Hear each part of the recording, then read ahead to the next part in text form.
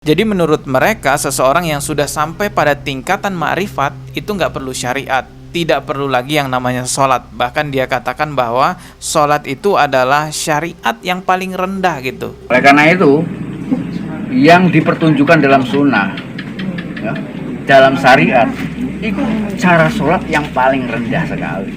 Gak bernilai, tapi gak popo kayak arek-arek. Iya ngomong terus terang kayak gini.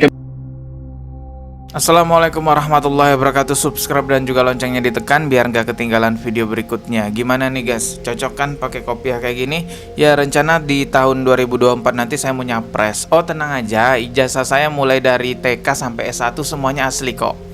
Bukan itu pembahasan kita guys ya. Kali ini saya mau ngebahas seseorang yang disebut namanya Hyang Wildo. Entah itu nama asli atau tidak saya nggak tahu, tapi mungkin ya itu nama panggung saja, nama aslinya bukan yang itu. Cuman saya pernah menemukan jejak digital, ada artikel yang pernah membahas Hyang Wildo dengan judul artikelnya mengenal seniman nyentrik Ubud Weldo Wenopringgo sempat mati suri. Jadi di situ disebutkan bahwa dia adalah seorang seniman yang berpakaian nyentrik dan juga disebutkan bahwa dia sempat pernah mengalami yang namanya mati suri. Pakaiannya benar-benar nyentrik, penampilannya juga benar-benar nyentrik, berbeda pada orang umumnya yang kita sering temui pada zaman saat ini ya. Banyak perintilan aksesoris mulai dari metal logam, taring, tulang hingga batuan permata yang melekat pada diri Hyang Wildo ini. Seperti yang teman-teman ketahui bahwa karakteristik masyarakat Indonesia sebagian mudah sekali menaruh sebuah kepercayaan yang sangat dalam kepada orang-orang yang berpakaian nyentrik lalu berbicara agama. Seperti viralnya Joko Kendil saat ini ya, bermodalkan pakaian seperti ninja, lalu dia mengatakan bahwa dirinya punya macan putih, naik macan putih, punya tongkat sakti. Akhirnya banyaklah timbul di kepercayaan masyarakat bahwa Joko Kendil ini adalah seorang wali. Jika berpakaian nyentrik unik, hanya sebuah ekspresi seni saja, hanya sebuah cara untuk melestarikan seni budaya saja, saya rasa ya udahlah biarin aja. Tetapi jika hal ini dihubung-hubungkan dengan agama, orang yang berpakaian nyentrik tersebut berbicara tentang agama yang mana isinya adalah syubhat yang luar biasa bisa mengantarkan orang pada kesesatan, maka inilah yang harusnya kita cegah, maka ini harusnya kita counter. Nah, kontennya Hyang Wildo ini ya di channel YouTube-nya, saya lihat banyak sekali hal-hal yang bisa mengantarkan orang pada kesesatan, apalagi dengan pengaruh pakaiannya dia ya yang terlihat nyentrik semacam itu akan mudah sekali mempengaruhi orang lain. Dari judul kontennya aja aduh sudah parah sekali ya. Ada sebuah konten Hyang Wildo dengan judul ateis atau agama hanya sebuah keyakinan saja. Jadi orang yang ateis atau orang yang beragama nggak ada masalah, itu hanya sebuah keyakinan saja. Menurut Hyang Wildo seperti itu. Nauzubillahi min zalik, jangan sampai terpengaruh dengan konten semacam ini. Nah di konten lainnya dari Hyang Wildo ini juga ada hal yang berbahaya. Di situ judulnya bukan hanya Yesus, Buddha dan Muhammad pun bisa disebut Tuhan. Sejak kapan manusia bisa disebut Tuhan? Nabi Muhammad SAW itu adalah orang yang sangat mulia.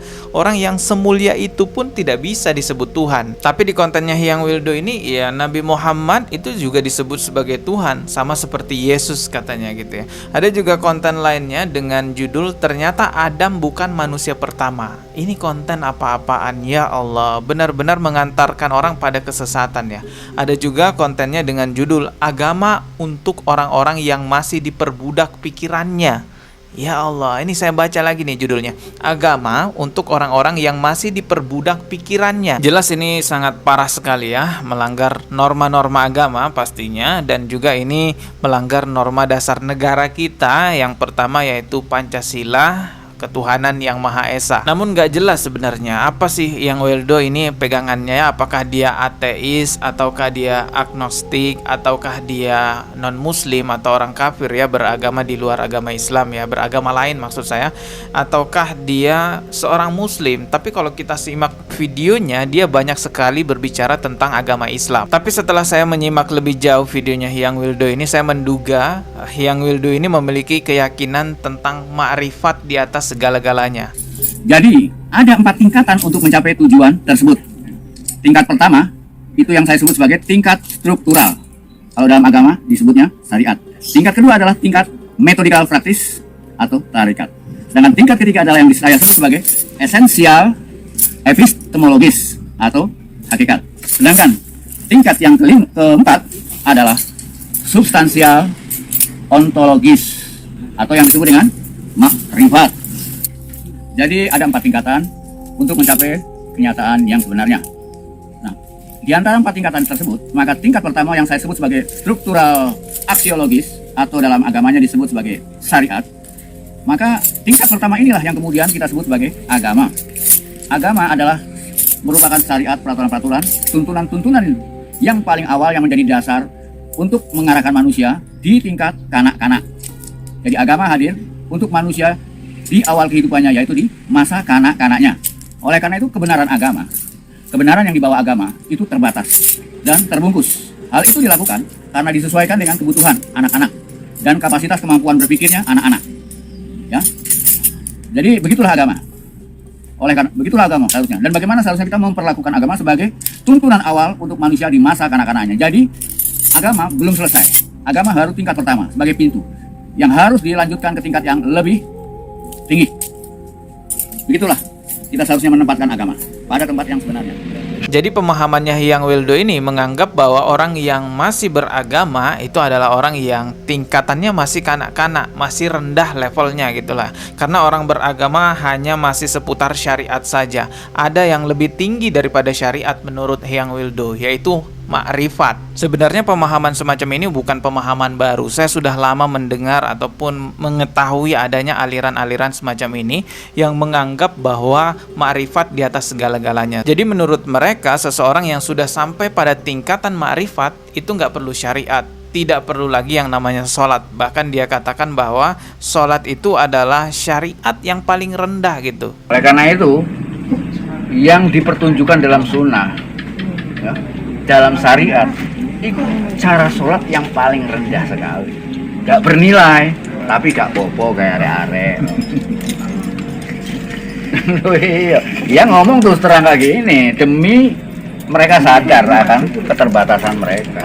Astagfirullahaladzim, karena pakaian nyentriknya Hyang Wildo inilah ya, dengan kemampuannya dia mengolah kata-kata dan bahasa sehingga banyak membius orang percaya dengan aliran-alirannya dia. Rasulullah Shallallahu Alaihi Wasallam adalah orang yang tingkatan agamanya paling tinggi, makomnya itu paling tinggi, nggak ada yang mengalahkan Rasulullah Shallallahu Alaihi Wasallam. Tapi Rasulullah sampai akhir hayatnya tidak pernah meninggalkan yang namanya syariat, tidak pernah melepaskan diri dari yang namanya syariat. Lalu hadir orang di masa sekarang dengan pakaian nyentrik mengatakan bahwa syariat itu tingkatan rendah, tingkatan anak-anak, bahkan ya tingkatan anak SD katanya orang yang masih menjalankan syariat. Anehnya ada orang yang lebih percaya dengan orang yang berpakaian nyentrik, nggak jelas agamanya daripada percaya kepada Rasulullah Sallallahu Alaihi Wasallam. Padahal Rasulullah itu susah banget loh menegakkan syariat agama Islam, sampai berperang, dilempari batu, berdarah-darah, bahkan sahabatnya sampai ada yang syahid dalam keadaan mengenaskan. Yuk sadarlah, sadar sesadar-sadarnya bahwa orang tidak akan pernah mencapai tingkatan makrifat kalau dia merendahkan yang namanya syariat. Coba kalian simak video berikut ini. Wali itu belajar yang membatalkan wudhu,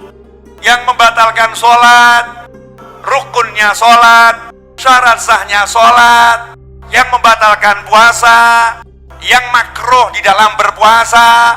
Wali itu belajar itu. Lah kok kamu menganggap ora penting itu, usul ilmu anak SD. Belajar syarat-syaratnya sholat itu ilmunya anak kecil, gak usah dibahas di pengajian. Itu gak level. Ngawurmu gitu. Ini ilmunya Rasulullah SAW. Rasulullah itu yang diajarkan datang dari langit bahwa ilmu sholat. Sehebat apapun ilmumu, gak bisa mengalahkan ilmu sholat. Yang dibawa Rasul dari langit ilmu apa? Apa? Sing banter. Sholat. Jadi kalau kamu bermakrifat, maka kamu akan ahli sholat. Kamu akan ahli sholat. Kalau kamu bermakrifat, kamu akan ahli ilmu syariat. Kalau kamu bermakrifat, kamu akan contoh Nabi Muhammad SAW. Makrifat itu artinya menjalankan syariat. Tanpa syariat tak akan pernah dapat makrifat. Maka semua makrifat yang gak sesuai syariat, maka dia adalah sesat. Jadi semua orang yang menggembor-gemborkan ma'rifat, meninggi-ninggikan ma'rifat, kalau dia tidak sesuai dengan syariat, kalau dia merendahkan syariat, maka itu namanya sesat. Tidak akan nyampe kepada tingkatan ma'rifat kalau dia tidak bersyariat. Ya, biasanya orang-orang yang semacam ini tuh adalah orang-orang yang sok wali ya, sok dilihat waliullah, sok tingkatannya udah tinggi. Padahal semua waliullah itu ya ahli syariat. Jadi saya tuh gimana ya, kesel sebenarnya dengan orang-orang kayak gitu ya. Gimana ya? Saya mau banting mic sebenarnya, tapi ya mikir-mikir juga lah. Intinya adalah hati-hatilah dalam berguru. Rasulullah Shallallahu Alaihi Wasallam sudah berpesan kepada kita semua, ada dua perkara yang telah Rasulullah wariskan kepada kita semua dan tidak akan pernah tersesat orang yang memegang dua perkara itu, yaitu Al-Quran dan Sunnah. Jangan hanya karena berpakaian nyentrik lalu kita melihat, wah hebat nih ya dengan bahasa-bahasanya yang memukau, padahal tidak sesuai dengan Al-Quran dan Sunnah. Ya Allah, astagfirullahalazim. Nauzubillahi min zalik. Giliran ada ustadz yang berpakaian sunnah, berpakaian rapi, gagah lagi, berbicara tentang Al-Quran, Sunnah, malah dibubarin kajiannya. Ini gimana? Ya sudahlah, kita ketemu lagi di konten berikutnya karena masih banyak nih syubhat-syubhat yang perlu saya bahas guys ya. Subscribe dan juga loncengnya ditekan biar gak ketinggalan video berikutnya. Mohon maaf jika ada kata yang salah. Hati-hati ya, hati-hati dalam memilih guru. Wassalamualaikum warahmatullahi wabarakatuh.